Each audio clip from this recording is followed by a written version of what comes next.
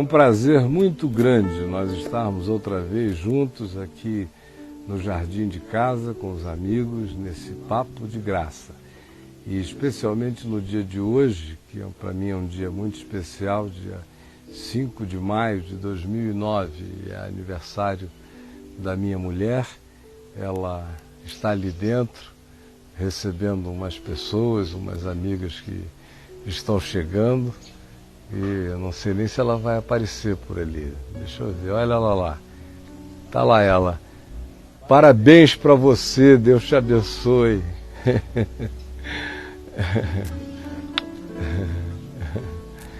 Então, para mim é um dia muito alegre e muito feliz. Nós estamos aqui com os amigos de todos os dias, com algumas variações. O Jack está aqui no teclado, dando essa leveza para o nosso coração.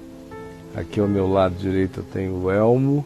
O Elmo é quem cuida dessas soluções todas do site, é o web designer, é a pessoa que trabalha na engenharia do site e da VMVTV, juntamente com o Edivaldo. Ele, na área dele, o Edivaldo em todas as outras coisas relacionadas a fazer essa conexão acontecer, de modo que o Elmo é uma pessoa fundamental aqui naquilo que chega pela VMVTV para você, chega pelo site, enfim, por todos os outros meios.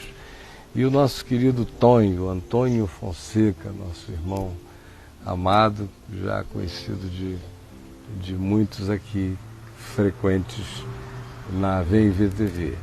Eu quero dizer a você o seguinte: por enquanto você não deve tentar fazer contato conosco, porque o Chico ainda não chegou e é ele que geralmente fica recebendo os Skypes, os Messengers, as conexões diretas por e-mail. Ele foi pegar uma pessoa no aeroporto e está vindo para cá, obviamente há sempre muitos atrasos. Então, na hora que ele chegar, eu informarei que você poderá fazer contato direto com a gente para participar. Por enquanto vai ser assim, nós e você aí. E também, antes da gente iniciar nosso primeiro assunto de hoje, eu queria sugerir a você que está vendo no site, na telinha pequenininha, para não ficar acostumado a ficar olhando aí, fazendo esse esforço terrível na vista. Clique aí na VMVTV, preencha o seu cadastro rapidinho, não demora nada. Você deixa até o site aberto, você fica ouvindo e vendo tudo minimizado. Preencha o seu cadastro, cria a sua senha, entre, aí você vê num telão grandão, não tem por que fazer esse sacrifício todo, se pode ser muito melhor, não é mesmo? E aí, Jack? Iniciando aqui essa tarde, você está com que melodia no coração?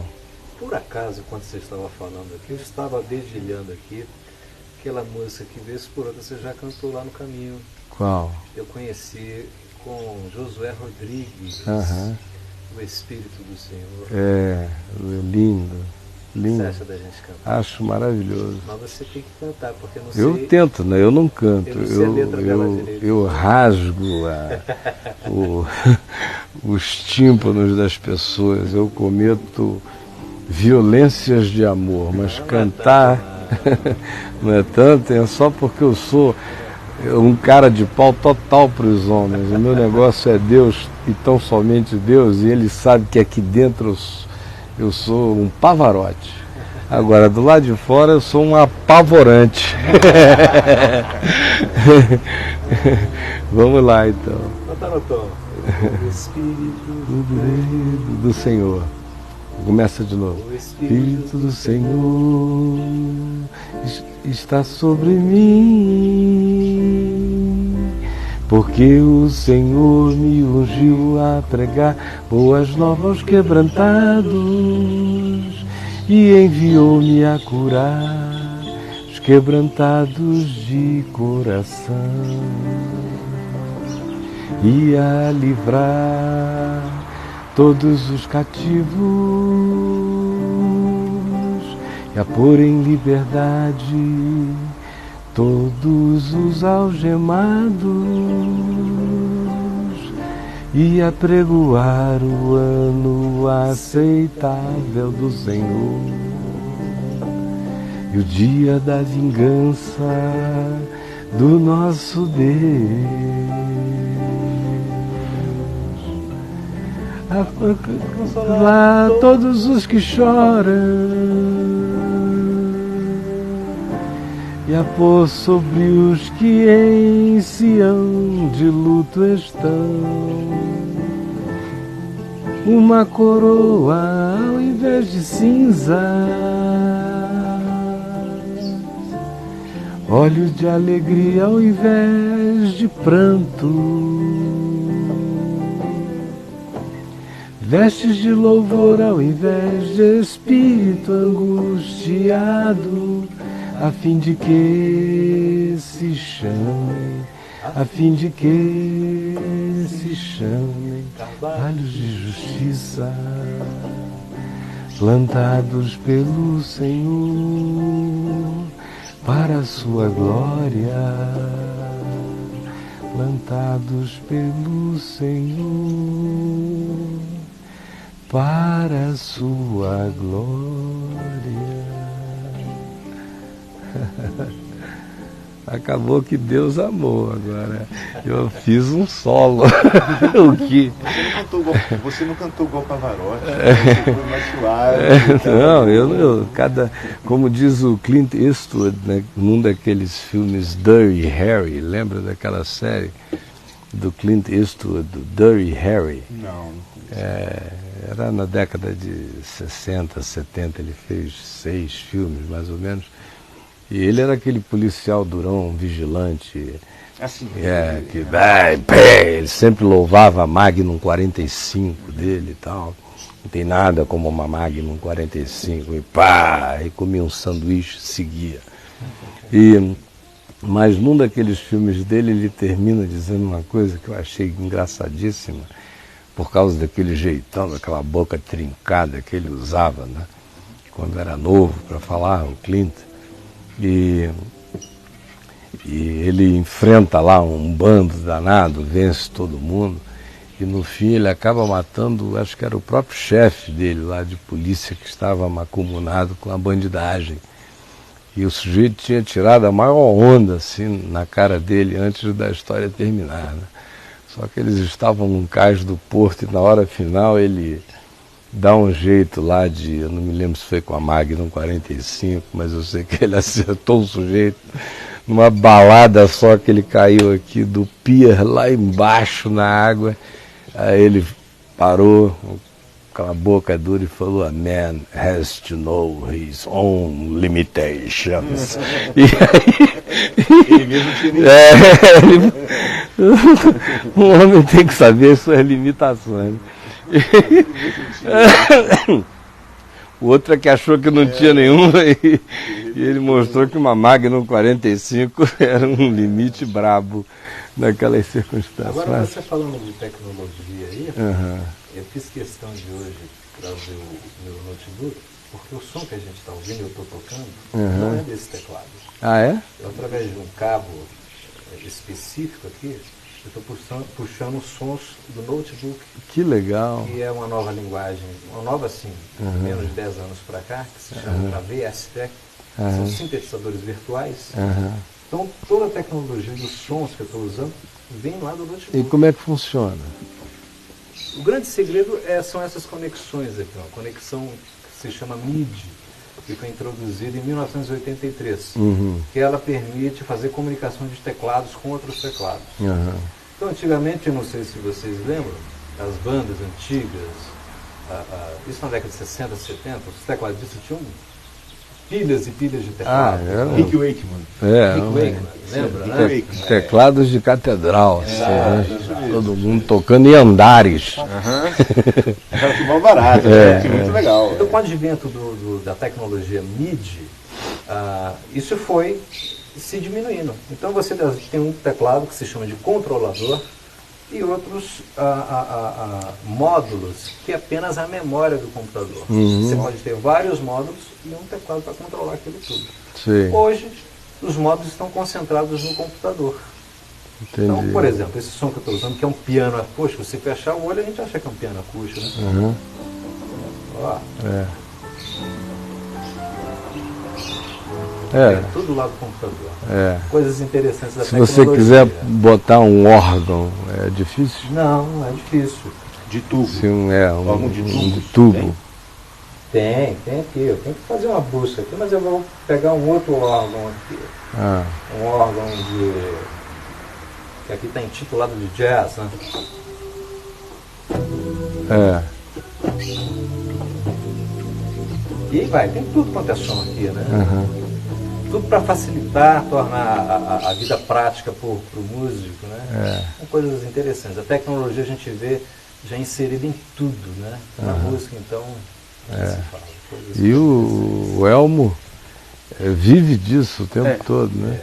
É verdade. A gente, antes de começar a falar aqui um pouquinho do tema, eu queria agradecer a participação de todos que estão assistindo, dizer que é um enorme prazer estar aqui com o Caio, você, com o Jack, e esse pessoal todo que está ali por detrás também da tecnologia, né? Essa câmera, a web, o Edivaldo lá dentro cuidando de tudo. E é um prazer enorme participar aqui com vocês hoje. E o Caio falou do filme, do Clint Eastwood, né? E eu queria puxar um pouquinho esse assunto, que está tudo ligado ao tema de hoje, porque eu trouxe um tema que é avanços tecnológicos da ficção à realidade científica.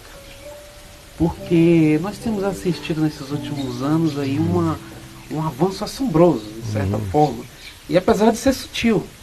Eu digo sutil porque a gente vai entrando devagarzinho, ela vai entrando na nossa vida, e é simples de perceber. Quem que fica hoje sem internet? Né? Se a internet cair, a conexão cair, a gente entra naquele desespero, para tudo, e entra naquele crise crise web, vamos chamar dessa forma. Estamos fora tá online, tá offline, tá tudo offline, e entra no desespero. Enquanto não cair, caiu a conexão, cadê o cabo? E cadê meus pedidos, meus e-mails, o MSN, o Orkut não entra mais. É um desespero total. Mas isso vem entrando gradativamente. Né? Hoje nós estamos na febre do Twitter. Agora é Twitter.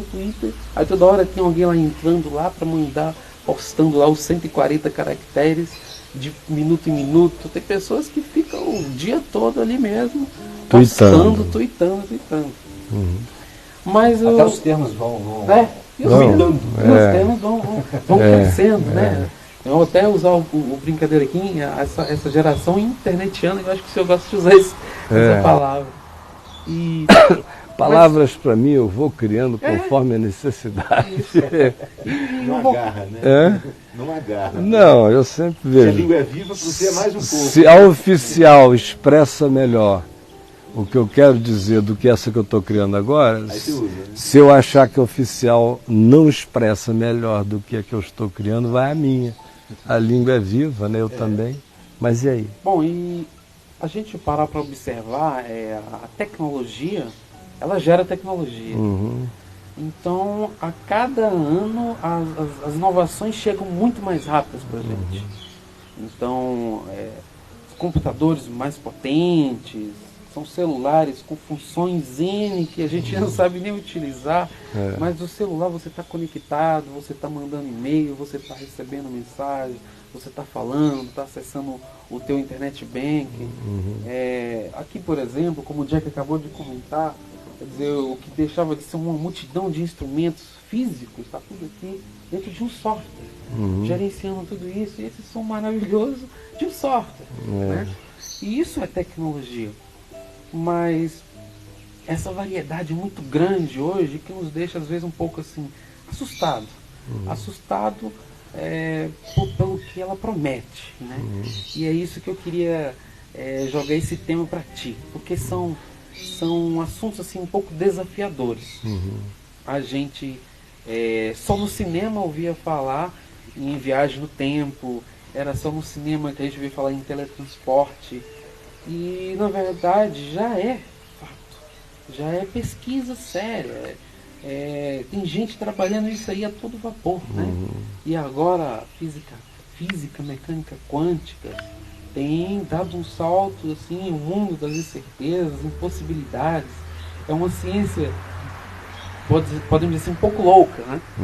Ela quebra o que a gente vinha como entendimento, mas tem promete muito para a gente. Promete uma mudança no nosso dia a dia, uma mudança de como as coisas serão feitas daqui para frente e como elas estão chegando.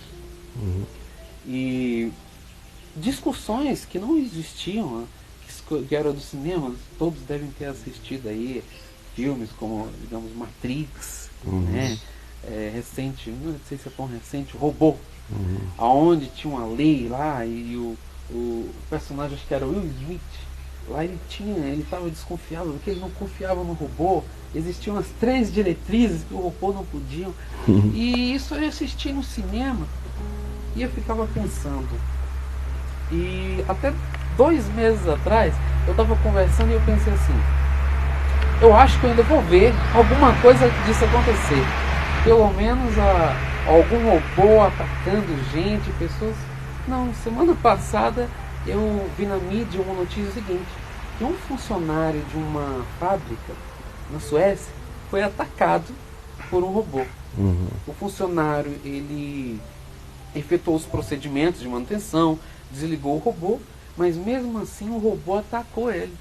E isso foi para a justiça, a indústria foi acusada, o juiz fez com que ele pagasse. Bom, isso estava na mídia, essa informação saiu, não sei quando isso aconteceu, mas o fato é que a coisa está chegando mais rápido do que a gente esperava. E aí, Caio, eu lhe pergunto, onde é que a gente vai parar? Onde é que isso vai dar? Isso é assustador demais ou não? O Evangelho, será que essa tecnologia toda é de Deus? Tem muita gente que fica perguntando, será que eu vou ver isso? Será que isso é do diabo? E a besta? Tem muita gente que já chegou para mim e falou assim, não, isso aí é a besta. A besta está colocando um chip na minha mão e na minha cabeça. Eu falei, só se ele realmente for besta.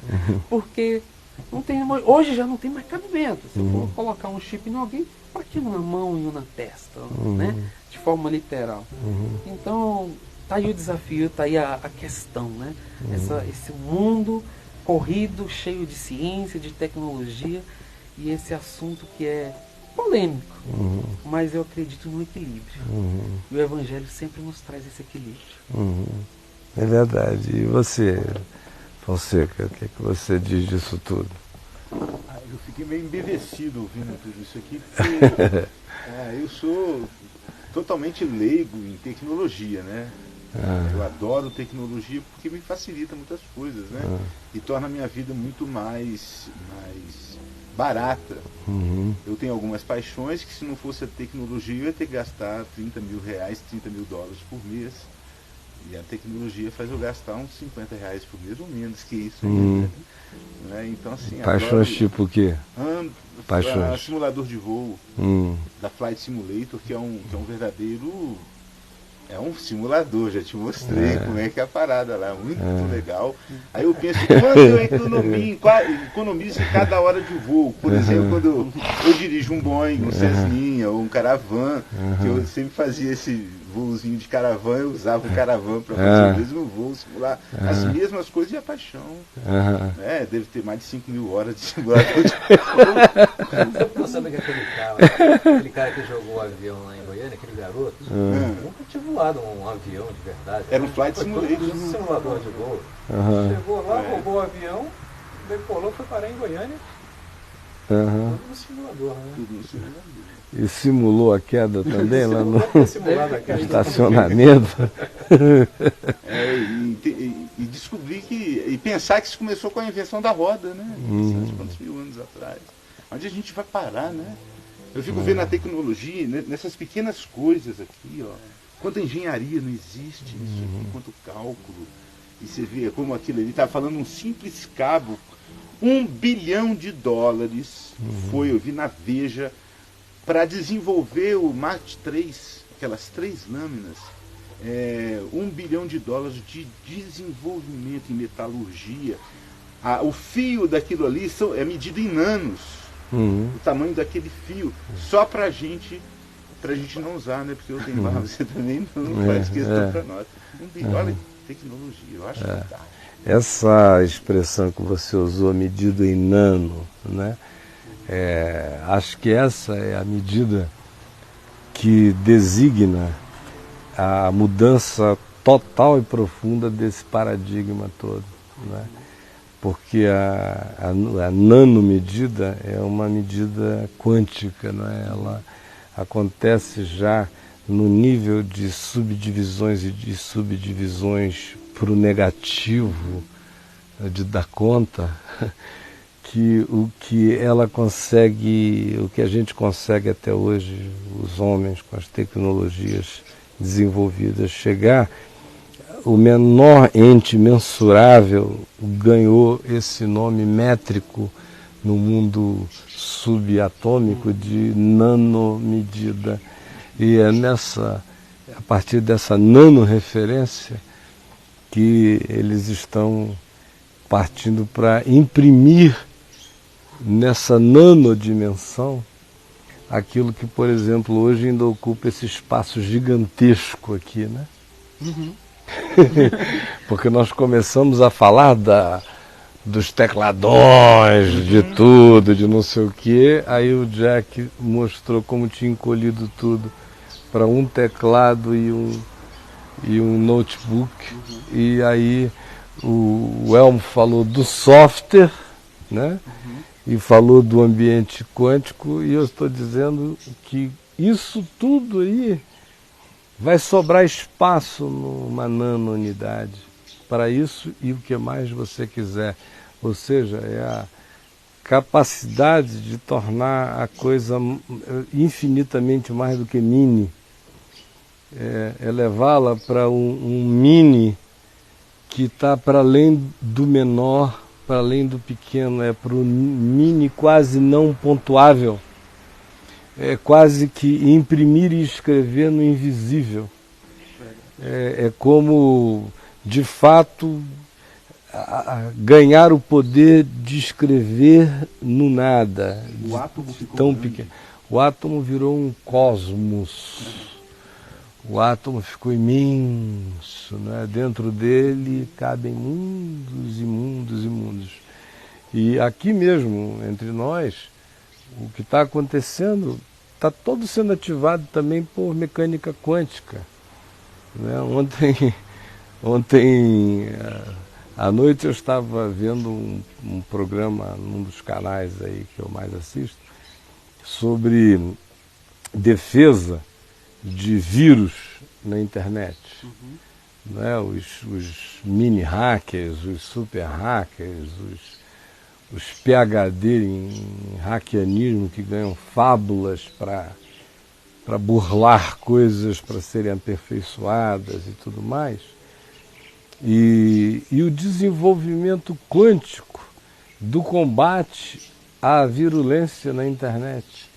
O indivíduo dizendo que eles já estão fazendo o teste de, naquele ambiente da internet, lançar partículas subatômicas, que são aquelas que da natureza mínima a emissão de um elétron, de um fóton, de uma coisa dessa natureza, mas especialmente definida pelo fato de que no ambiente quântico qualquer observação daquele ente o faz desaparecer.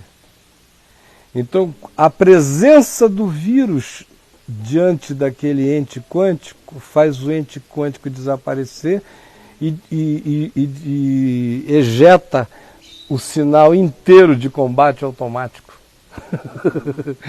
Então, uma coisa extraordinária. Agora, você falou... Stealth, vírus stealth. Né? Já chegou a isso, hein? Já está lá naquele ambiente, né, matrixiano e tal. Então,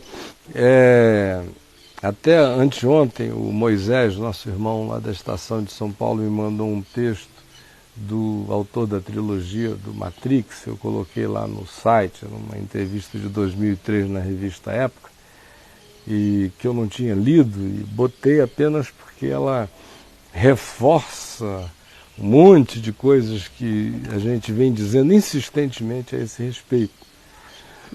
E você perguntou, isso aí é de Deus? Quem criou a árvore do conhecimento do bem e do mal, de onde tudo isso aí decorre, todo o conhecimento que os humanos desenvolvem, decorre dessa matrix da árvore do conhecimento do bem e do mal, ela foi criada por Deus, ela não foi criada por nenhum ente alienígena perverso, criada por Deus, a criação de Deus, tanto quanto a árvore da vida. Ela deveria ter o lugar dela na existência humana. Provavelmente tivesse. Peraí, desculpa. Isso é muito legal. Ela deveria ter o lugar dela na existência humana. Provavelmente um dia tivesse, teria tido. Nós poderíamos ter comido do fruto dela antes da hora. No dia em que Deus dissesse Tá comer e beber. Senão não haveria razão dela ter Ela sido... estava lá, ela não era um diabo É a vegetal. árvore do pecado. Não era um diabo vegetal. Era uma árvore linda do conhecimento do bem e do mal. Agora, o homem não estava preparado para lidar com ela. Agora, o que o homem ouve é não coma, porque se você comer você vai morrer. Assim como na natureza, existem bilhões de árvores que se nós comermos, nós morreremos. Da feijoada pro resto da nação. Existem, o mundo está cheio de árvores do conhecimento do bem e do mal. De árvores que curam numa medida própria, de árvores que numa medida aumentada matam. Não é? Árvores que em geral só fazem o bem, mas um elemento dela transformado alquimicamente de sólido em líquido ou qualquer outra coisa gera um efeito negativo. Bem e mal é a existência, está presente de bem e de mal. Então a árvore não era um LSD edêmico, não é como às vezes dá a impressão de que fosse. O cara chegou, careta, caretaço, aí ele foi e a mulher diz, oh, mas que coisa, vai ser uma viagem psicodélica, olha, nós nunca mais seremos os mesmos, nossos neurônios ficarão alterados, a gente vai fazer uma viagem, a mente vai crescer, se dilatar, o guru serpente nos falou, aí vamos lá e tal, enfim. Guru serpente. Aí, ih, o elefante está voando. Não foi assim. Do lado de fora não havia nenhuma seiva naquela árvore que tivesse o poder de mudar a mente. Não era um alterador de consciência. O mais poderoso, contínuo e crônico de todos. Não é? Se ela existisse como vegetal com esse poder, pode ter certeza, seria o maior objeto de tráfico da existência. Ia ser pílula de árvore do bem e do mal para todo lado. Então, ela não está aí para ser sintetizada, ela não é a árvore, ela é a simbolização. A árvore do conhecimento do bem e do mal só existe no Éden da mente do homem. Essa geografia não é externa, essa geografia é interna, ela é espiritual e a coisa mais próxima que a gente teria do espiritual para ilustrar o espiritual hoje, como nenhuma outra geração teve antes de nós, é o quântico. Não é? Ela habita um ambiente de bem e mal, ou seja, de total probabilidades, possibilidades, por isso é quântico o ambiente. De conhecimentos que podem se conectar e formar mundos e como podem implodir existências, tudo é possível ali dentro.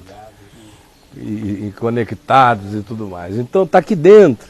Naquele meu livro lá, Tábuas de Eva, tem uma introduçãozinha nele que é mais ou menos coerente com a introdução do Nefilim, onde eu falo assim de maneira mais explícita pela primeira vez sobre o significado espiritual das descobertas quânticas.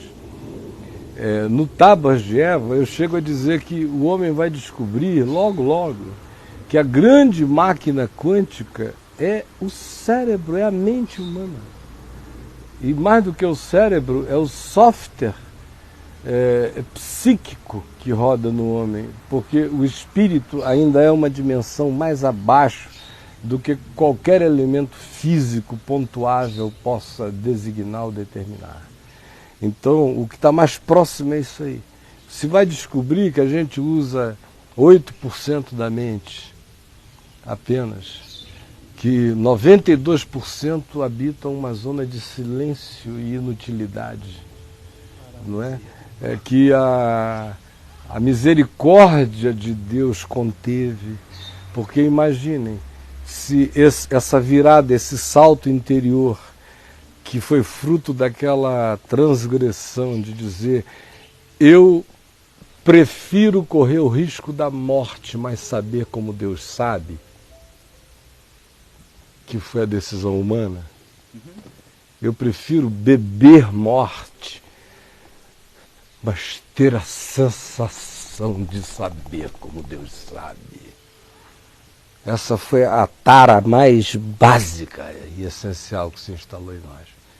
Nessa decisão, o galope, a virada percepcional aconteceu para sempre. Muito rápido. Não, e foi instantânea. Aí Deus conteve uma parte. Instantânea. Então, E a misericórdia de Deus fez contimentos, como também conteve o caminho para a árvore da vida, porque ele disse, já imaginou? Agora, nesse estado, se comer da árvore da vida, ele vai se imortalizar, porque não vai viver para sempre. Vida eterna é uma qualidade de existência conforme Deus. Imortalidade é só continuidade de qualquer forma de existência. E aí Deus disse, se comerem da árvore da vida, vão se zumbificar. Vão se tornar imortalmente criadores da maldade, porque conquanto a árvore seja do bem e do mal, como a decisão de comê-la foi a decisão de uma transgressão e não de uma escolha, porque, nem de uma opção, porque Deus não disse, olha, aqui está a árvore do conhecimento do bem e do mal, se der vontade, comam. Aí ela seria do bem e do mal. Mas não, ele disse, não comam. Então o ato de comer faz do resultado uma inclinação perene na direção do mal. Porque a aproximação dela já foi decidida como transgressão, de modo que o que se obtém desse conhecimento, o fluxo maior é na direção da transgressão. E eu acho que os elementos psicológicos da razão dessa tendência, dessa escolha, já nascem do elemento motivacional mais primordial. E a gente vai, e a gente corre qualquer risco. Então, o próprio motor que gerou o impulso, os elementos todos, designaram a tendência do fluxo.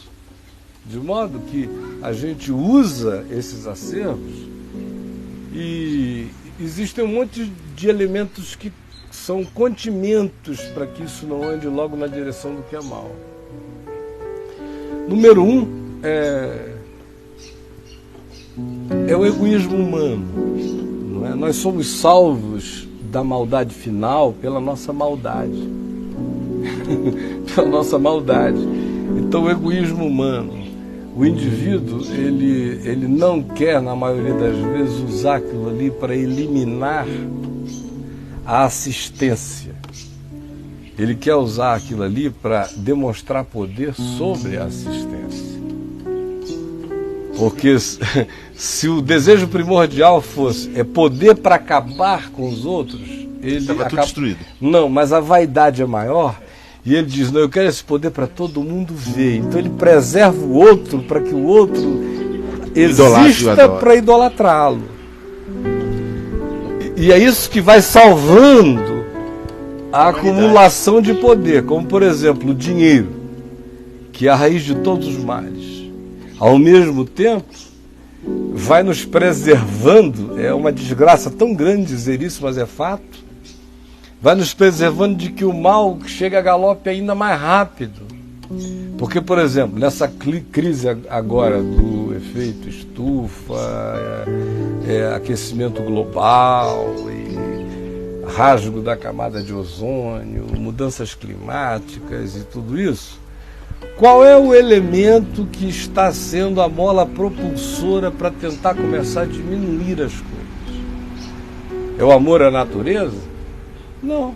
Econômico. É econômico. O Al Gore chegou para o dono do Walmart e mostrou para ele como ser ecologicamente correto poderia não só ajudar a salvar a terra, mas economizar fábulas em dinheiro. O cara disse: me interesso no negócio.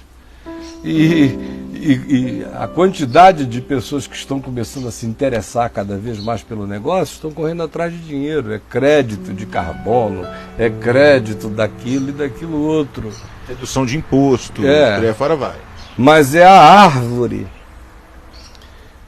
é o lado mal da árvore diminuindo o impacto cataclísmico que ela poderia ter pela doença da vaidade humana. E se vem tudo, de né? lado, né? E se vem tudo quanto é área. Eu estava vendo inclusive na moda, né? Uhum. Tecido ecológico. Agora a moda é tecida ecológico. Né? Tecnologia ecológica. Outra coisa, por exemplo, fundamental é a geração de filhos. O indivíduo se ama no filho. A maioria não ama o filho, não. Ele se ama no filho. Aí, como ele se ama no filho, quando ele começa a desenvolver esse sentimento assim muito primitivo, que não é amor ainda, é narcisismo. Ele se ama no meu moleque, Aí ele começa a dizer: poxa, a gente tem que fazer alguma coisa, senão vai ficar caótico mesmo. Aí existe um outro elemento motivacional ali, mas também é só por causa dele. E não por causa da criação, nem da percepção de tudo, nem de harmonia entre os homens, nem de relacionalidade com o que Deus fez. Não, é só o umbigo, na melhor das hipóteses. Outro condimento aí da árvore, né? É a certeza hoje em dia de que todas as coisas teriam consequências tão globais que não dá para o cara jogar no quintal do vizinho. O quintal do vizinho virou o quintal de todo mundo. Nós estamos todos aquintelados no mesmo lugar. Então, isso faz pensar, porque se houvesse a chance de construir assim um portão invisível, uma barreira de impedimento de transferência de poluição, de doença biológica e química, de efeitos de radiação, seja lá o que for, pode ter certeza. Hoje em dia o Irã levantaria essa parede em volta dele e dos países colegas e chumbo no mundo, e vamos ficar por aqui mesmo, porque o ânimo está presente, a vontade destrutiva. Só não existem os meios de fazer isso só no outro, porque o vento dessa podridão faz a volta na Terra rapidinho e destrói todo mundo. E o homem descobriu muito subitamente que a Terra é finita e limitada.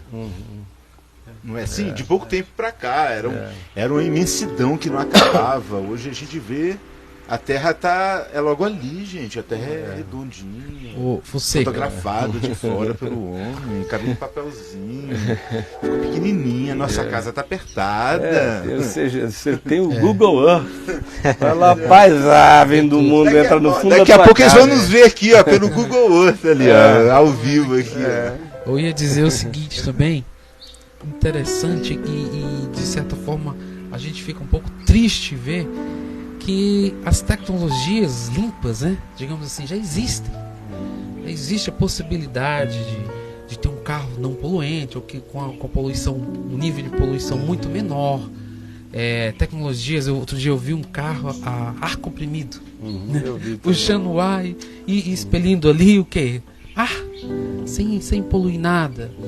Tecnologias assim que resolveria, sem nenhuma dúvida, toda essa catástrofe global aí que a gente escuta todo dia. E essas tecnologias não são tão divulgadas. não são tão definidas. E nem são tão novas. E nem são tão novas. Algumas delas estão guardadas como projetos há muito tempo, elas não são interessantes. Isso. Não é interessante. Porque a doença humana é tão grande que os caras vão levar esse negócio até não aguentarem mais. Já está cavado, os drills, como é que é? As brocas já estão lá no fundo, os dutos estão chupando, está tudo distribuindo. Enquanto não houver um infarto assim, quase final, a gente vai deixar. Não há interesse. Não há interesse. A vontade suicida primordial é muito grande. Se comeres, morrerás, mas o cara pega e come. E continua indo. Continua e vai comer sempre, porque aquela árvore se repete todo dia. Não, mas olha só, você falou uma coisa... Todo dia ela está na cara da gente, a gente pega e come de novo. Pega e come de novo, de muitas formas diferentes, todo dia. Agora mesmo, enquanto a gente está conversando, bilhões estão pegando de novo do fruto, dizendo assim, eu sei que mata, mas... Mais um pouquinho. Eu sei que isso me dá sensação de ter subido, seja lá qual for a sensação, seja lá qual for a ilusão, o engano, o surto, o narcisismo, todo dia. Mas olha só, você falou uma coisa muito interessante, que assim haveria o tempo de comer, e como ela está em nós, se não tivéssemos comido, será que já teria chegado o tempo de comer?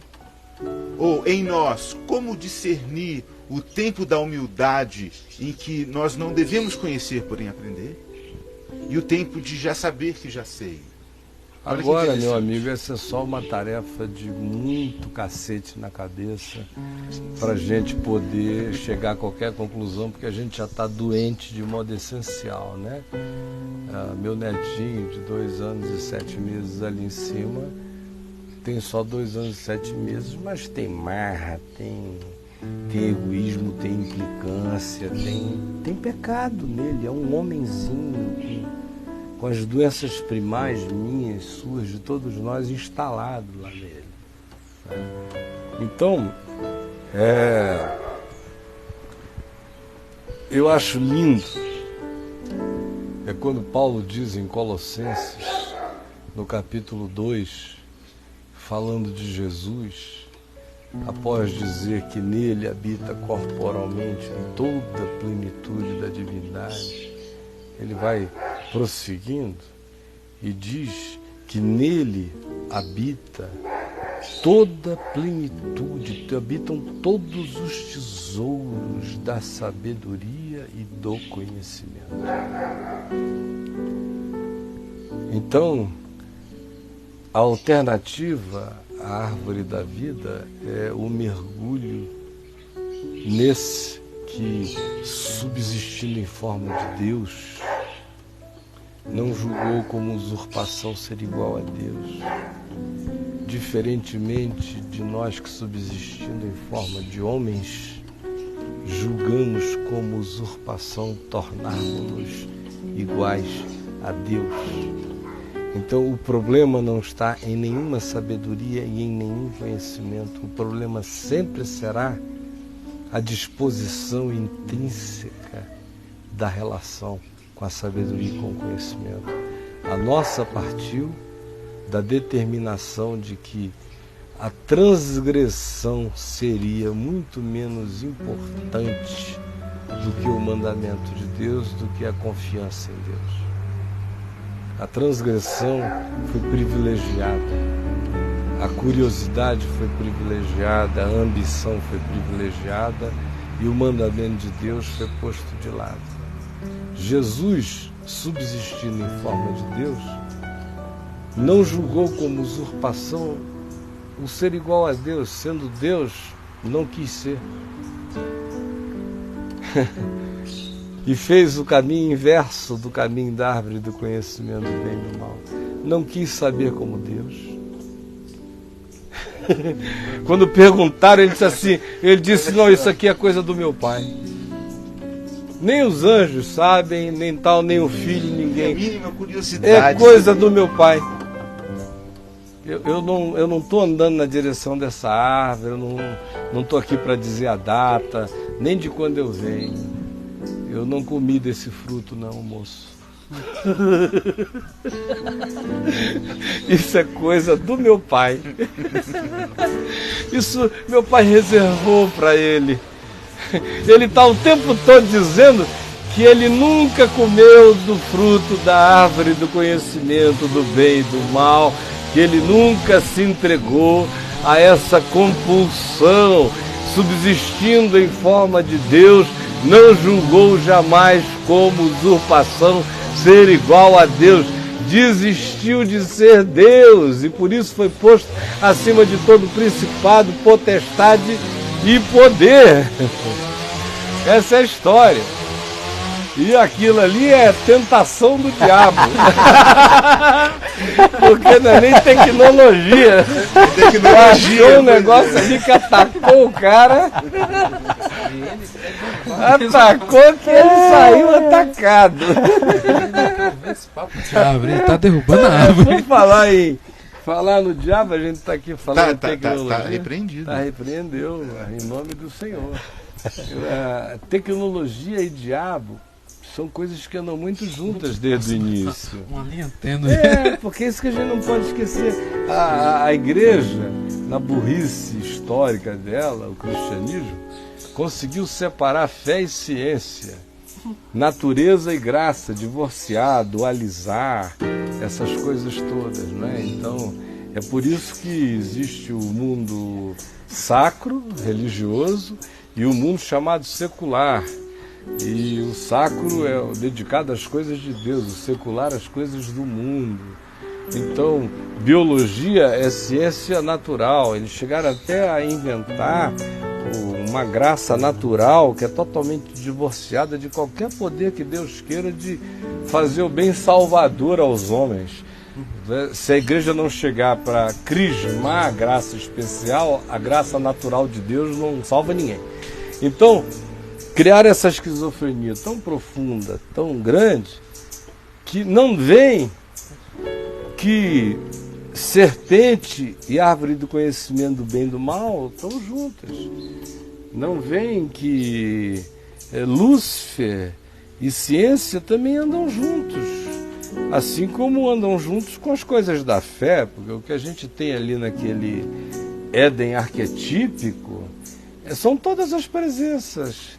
Deus não está explicitamente presente, como na criação Deus não se faz explicitamente presente. Deus é absolutamente oculto na criação. E ali naquele cenário do homem, na árvore do conhecimento do bem e do mal, Deus está oculto. Ele é visitável. Ele está lá, mas ele não é uma presença explícita. Aí você tem a presença satânica, ela é objetiva, porém sutil e subjetiva no seu ocultamento. Aí você tem as presenças históricas objetivas do homem e da mulher presentes ali, não é? Todos os elementos que estão presentes em todas as nossas decisões de conhecimento de bem e de mal. Deus como presença invisível, o mal como aquele que instiga o desejo humano por objetos, coisas, possessões, aquisições, poderes, instrumentos, aparatos, forças, domínios, qualquer que seja o recurso de subjugamento do resto da existência, produzindo aquilo ali de maneira muito sutil, extremamente delicada, porque a tentação da serpente é muito delicada.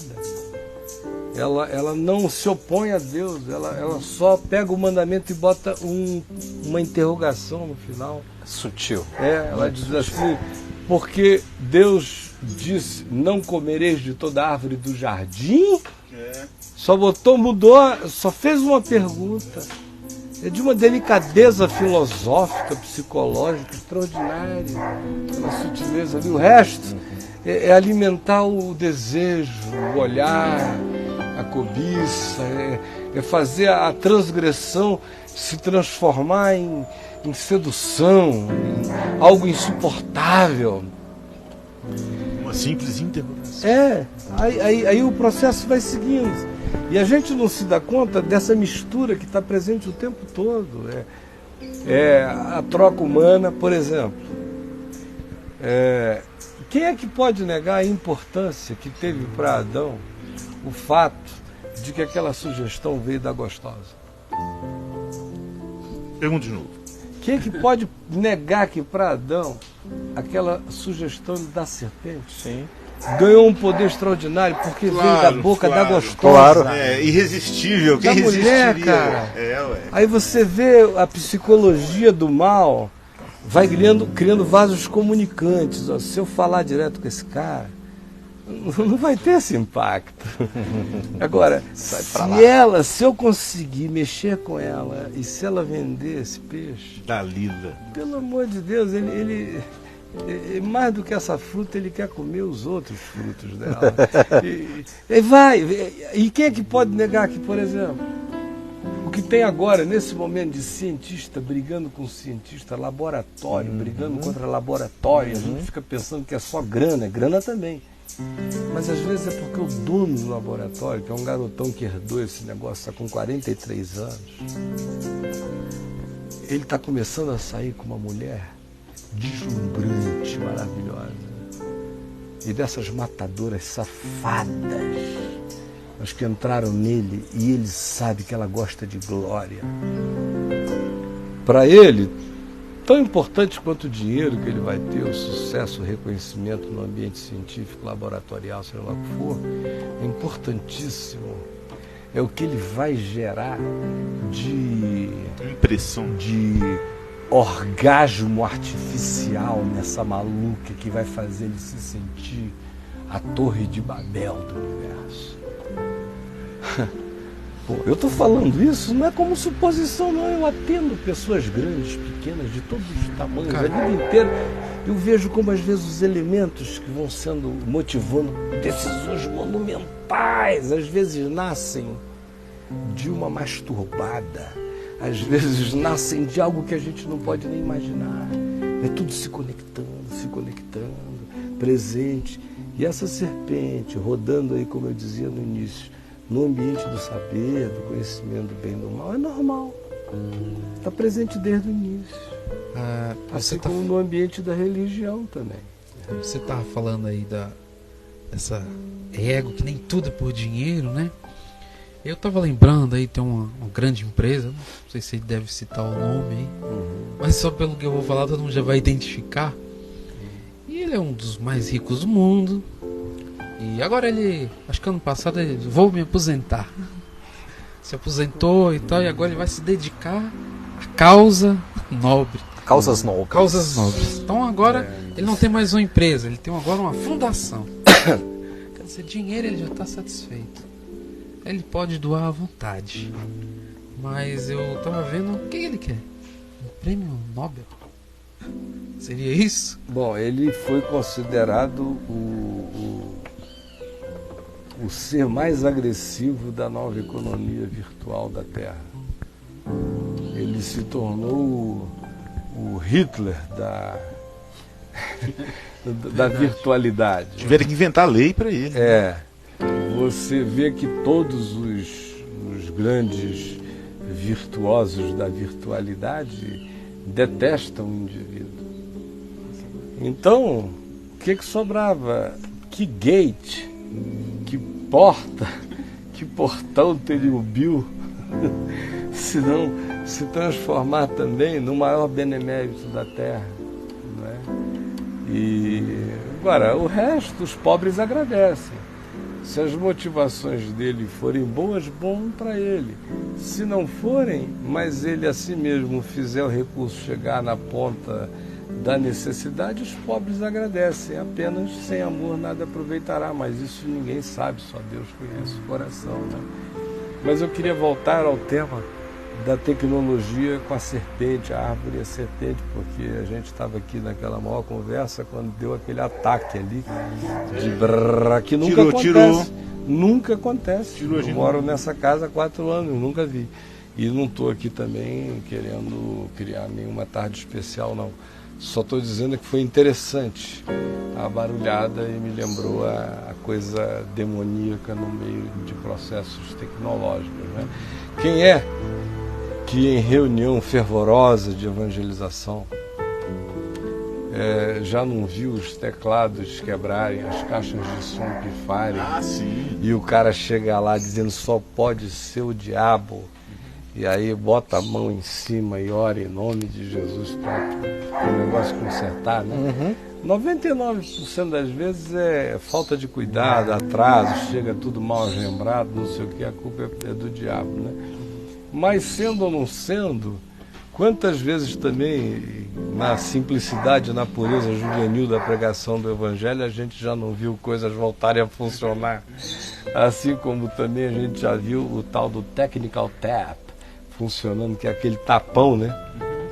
Que os americanos chamam de technical tap, que é dar o tapa em cima do equipamento, que o bicho volta, às vezes regruda lá, reconecta e volta. Mas o que eu estou querendo dizer é que nós estamos chegando numa hora em que cada vez mais a mediunidade, a paranormalidade,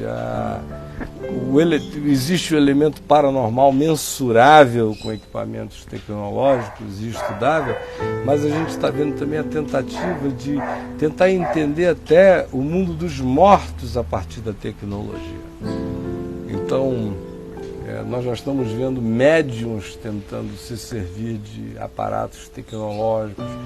E eu acredito que nós vamos entrar numa era que os russos inauguraram há 50 anos atrás, ou 60, com a foto kirliana, e um mundo que ficou muito abafado no Ocidente, porque a gente fez a opção da energia via Thomas Edison e essa moçada do lado de cá, ao invés de ir pela linha do Tesla, que os soviéticos e outros pesquisaram muito mais e que agora, por causa da mecânica quântica, está se transformando também numa variável de produção energética interessante, porque ela é muito mais ampla, mas que se combina e se conecta profundamente também com os interesses da pesquisa da paranormalidade, do averiguamento mediúnico, de todas essas coisas pelas vias tecnológicas, que eu acredito que nos próximos 10 anos nós vamos ver uma explosão de fusão entre o tecnológico e o sobrenatural, uma explosão extraordinária. Tem um filme que os espíritos se comunicam pela televisão, eu esqueci o nome dele. Poxa, o cara descobre na tecnologia aquele chuvisco que dá na televisão, para ali, e os espíritos. Um filme famoso, puxa vida. Porque aí isso obedece a um princípio simples. A man has to know his limitations. O diabo recebeu imposições na relação dele com os humanos na Terra. Ele recebeu limites, ele perdeu na simbolização do Gênesis, perdeu membros, teve que se arrastar, isso no arquétipo. Mas o arquétipo conta uma história. Sim, claro. Espiritual. E passou a comer o pó da terra. Ou seja, ele se alimenta do caminho do homem. Então, você vai vendo o diabo crescer conforme o homem. O homem vai alimentando o diabo processa a produção do homem, devolve essa produção ao homem, o homem exacerba a produção, aumenta e a pratica de modo desastroso, cria o pó mais venenoso ainda dessa produção, que alimenta principados e potestades do mundo espiritual inteiro, que devolve isso com uma elaboração conceitual maior para o homem, como pensamento, ficção, projeção, seja o que for.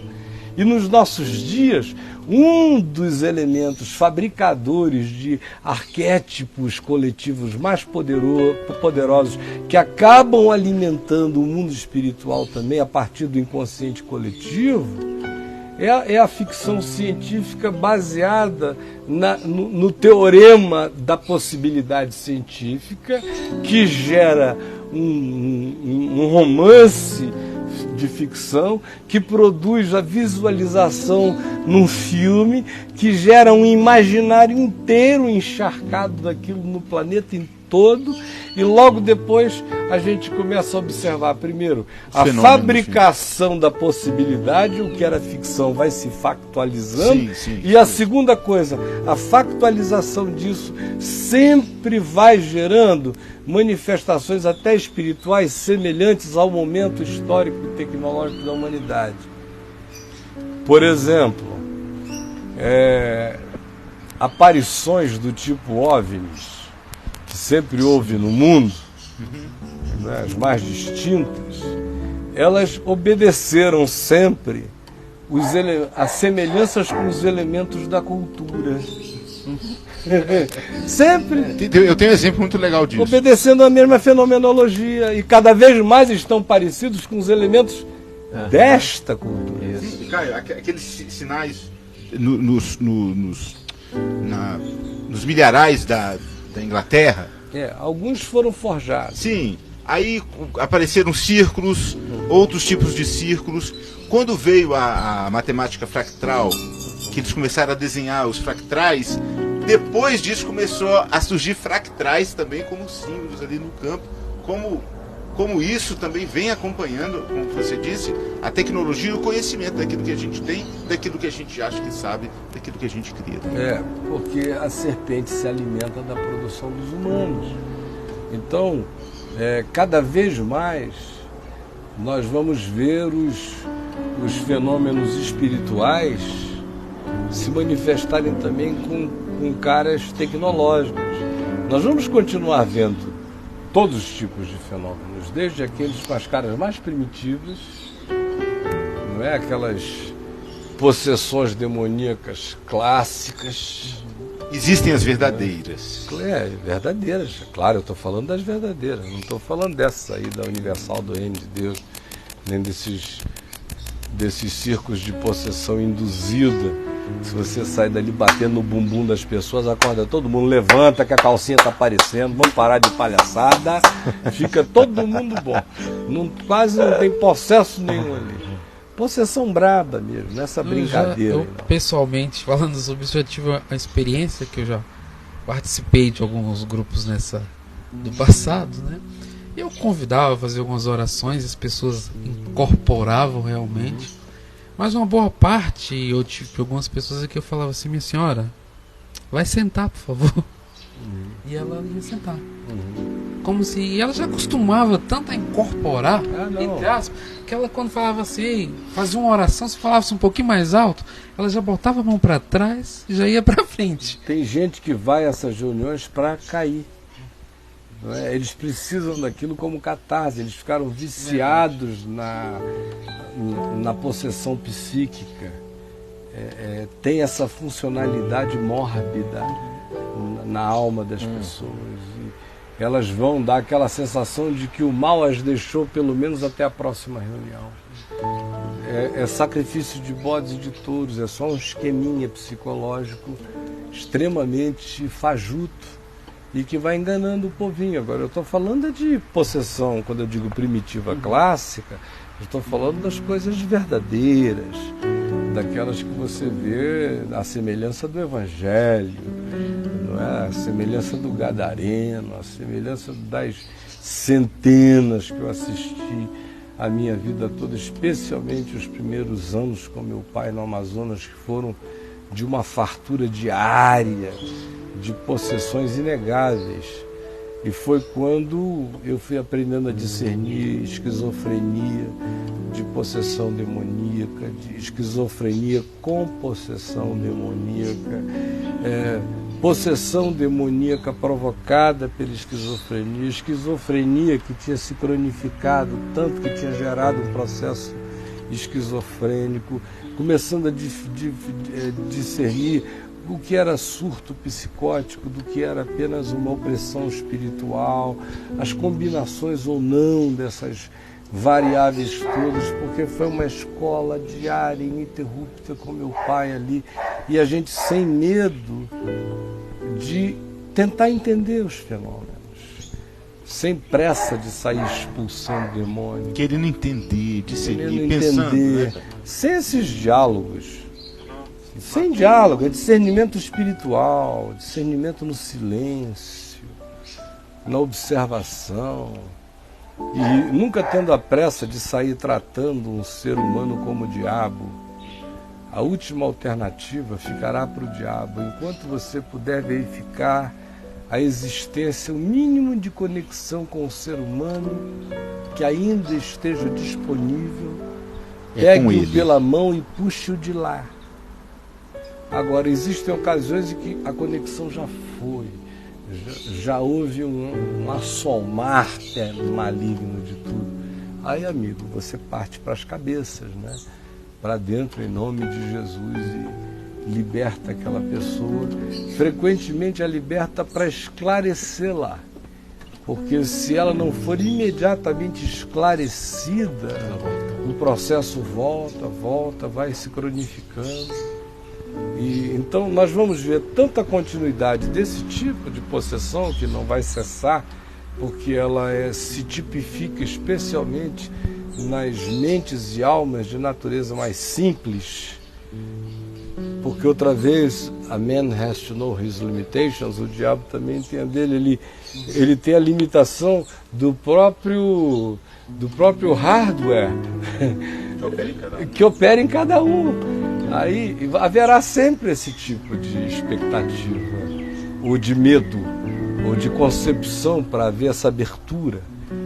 Mas também nós vamos ver a evolução das conexões entre espiritualidade e mundo tecnológico cada vez mais, de modo que daqui a pouco nós vamos estar assistindo. Não se admirem, pode ter gente em casa pensando que eu estou viajando. Esse programa vai ficar arquivado aí na VMV-TV. Eu posso morrer amanhã, vocês veem daqui a 10 anos de novo, para ver se a viagem foi grande. Vocês vão ver como esse mundo inteiro de tecnologia, de mecânica quântica, de objetos voadores não identificados, de paranormalidade, de avanços tecnológicos que entram nas dimensões mais íntimas da matéria, todas essas coisas vão se fundir para o bem e para o mal, em algumas horas para o bem, salvando vidas, em outras para um mal indescritível e desconstrutivo da pessoa humana.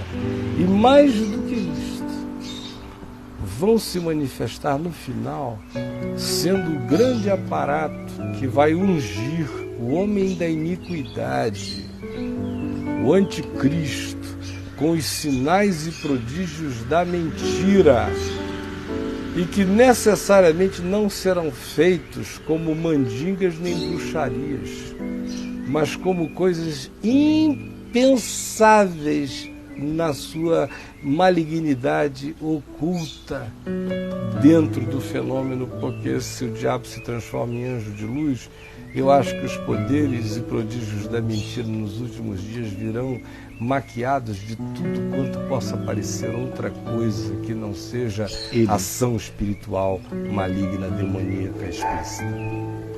É isso que eu penso sobre esse assunto, né?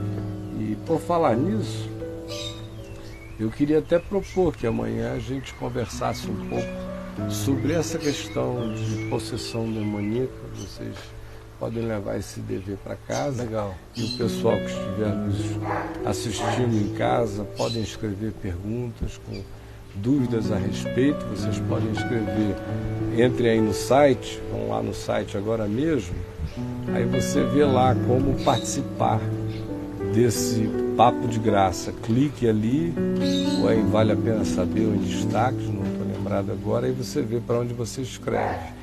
O tema de amanhã nós vamos conversar sobre possessão demoníaca e você vai poder dizer o que você pensa. Na primeira meia hora, provavelmente eu bato um papo com o Paul Anderson, que certamente não chegou hoje porque o avião dele tem atrasado, mas ele vai dormir aqui e deverá estar amanhã de manhã aqui em casa, provavelmente à tarde conosco. Mas, com ele ou sem ele, a nossa conversa vai ser sobre esses fenômenos do mundo espiritual, especialmente sobre possessão demoníaca. Se você quiser, mande a sua pergunta, não me escreva lá para o contato@caiofábio.com, que não é por lá que você tem que se comunicar, é para o Chico. Pode escrever, ou para os endereços lá que a VMVTV mostra, ou então para chico@caiofábio.com, ele faz o sumário de tudo e traz aqui para a gente, tá bom? Fonseca, quer dizer alguma coisa, meu mano querido? Eu quero dizer que puxa vida, a gente vai crescer muito com esse bate-papo, viu? Não é? Acho que esse bate-papo vai ser muito bom para muita gente. Deus permita. Isso que eu queria dizer. Estou gostando muito disso aqui.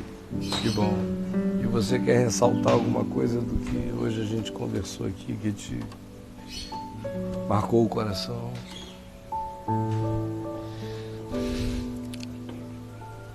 O que marcou meu coração foi saber que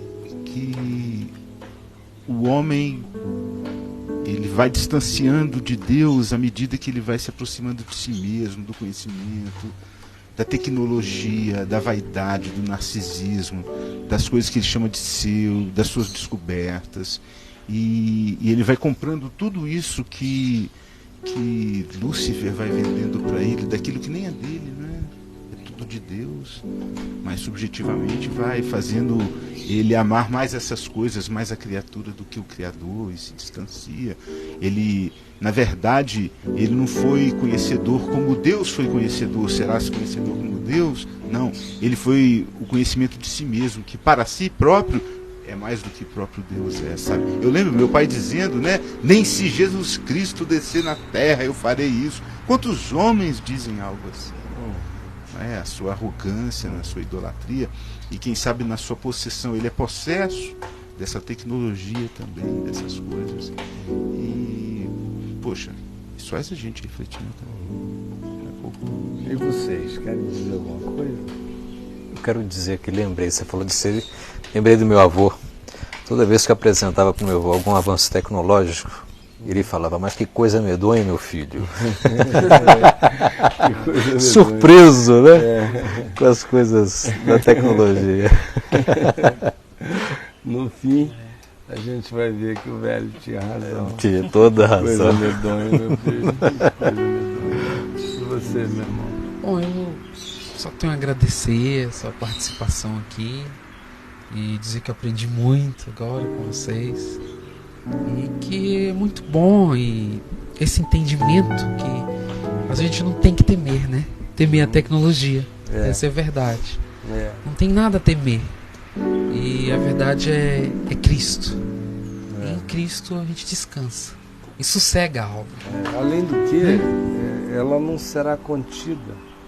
Enquanto isso, vamos usando as tecnologias, né? Não será contida. Nós estamos aqui dentro desse ambiente da internet, onde nesse mesmo momento tem pedofilia acontecendo, tem gente vendo imagem de cavalo transando com mulher, tem todos os golpes sendo dados, tem estelionatos sendo praticados aos milhões, tem invenções de imagens, perfis e existências que não correspondem à realidade, tem todo tipo de mentira sendo dissimulada para ver se alguém se faz passar por alguém para outra pessoa, enfim, todas essas coisas acontecendo. E nós estamos aqui com essa certeza de que o que está procedendo desse ensino é a verdade do Evangelho, ou seja, ser sal da terra é também ser sal da internet, né? E aí, bem, quem está lá no site acompanha a minha luta de vez em quando, dizer, por favor, sejam mais humanos e respeitem a minha humanidade.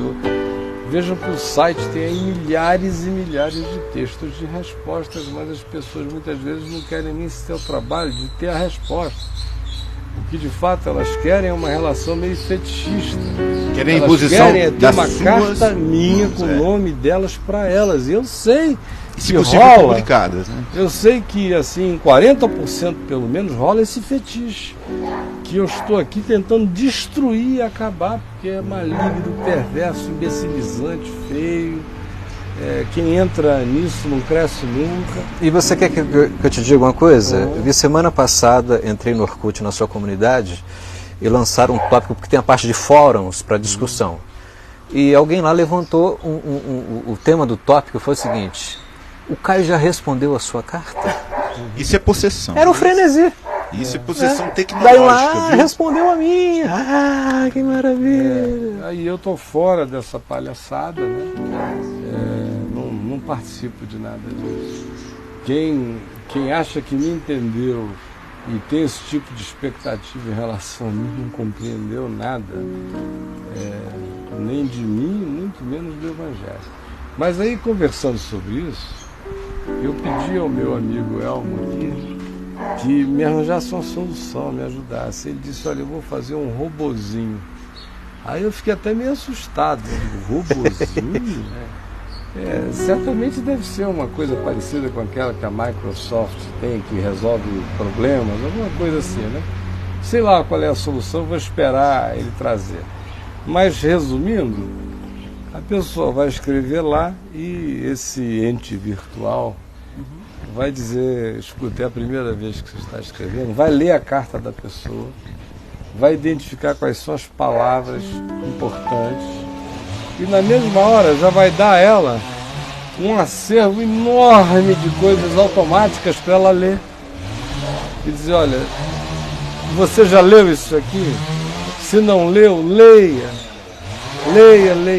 porque pode ser que a sua questão já esteja respondida aí. Se você ler tudo e ainda sobrar a questão, escreva de novo. Aí a pessoa então vai escrever. Essa carta dela vai ser lida de novo. Se na carta ainda tiver algum elemento que o site possa ainda esgotar de ajuda antecipada a ela, e esse mecanismo vai lá e manda para ela automaticamente com o estímulo. Agora sim, se tiver lido e tiver sobrado alguma coisa, então escreva. Porque é uma tecnologia, mas que do lado de cá vai me poupar uma quantidade absurda de energia que eu vou poder concentrar atendendo de uma maneira muito clara, simples e amorosa as questões que restarem. Porque o site está lá cheio de conteúdo justamente para que as pessoas possam andar com as próprias pernas de preferência. É inteligência artificial, né? IA. Imagina, por exemplo, ter o campo para a pessoa escrever a carta naquele campo e ela escreve o tema. Ela tem que se colocar um tema. Se ela colocar o tema homossexualismo, não precisa nem continuar escrevendo. Já tem. Eu acabei de ver que o nosso amigo Chico chegou com o Paul Anderson, eles estão ali, e eu vou pedir para o João mostrar eles lá. Eles acabaram de chegar de viagem e amanhã então provavelmente eu vou ter aqui o privilégio de entrevistá-lo e bater um papo com ele. You are on air. You are live. Yeah, there are many monkeys up here. Over 40, I think. 40? Yeah. They got started from 4 years ago. Now they are taking over. I'm doing fine. We are just finishing up over here. I'll be there to hug you and kiss you. Ok. Bom, gente, nós estamos terminando aqui. Eu quero só pedir ao Jack para tocar gostoso alguma coisa para nós encerrarmos juntos orando. Tocar uma música instrumental? Tá, pode tocar.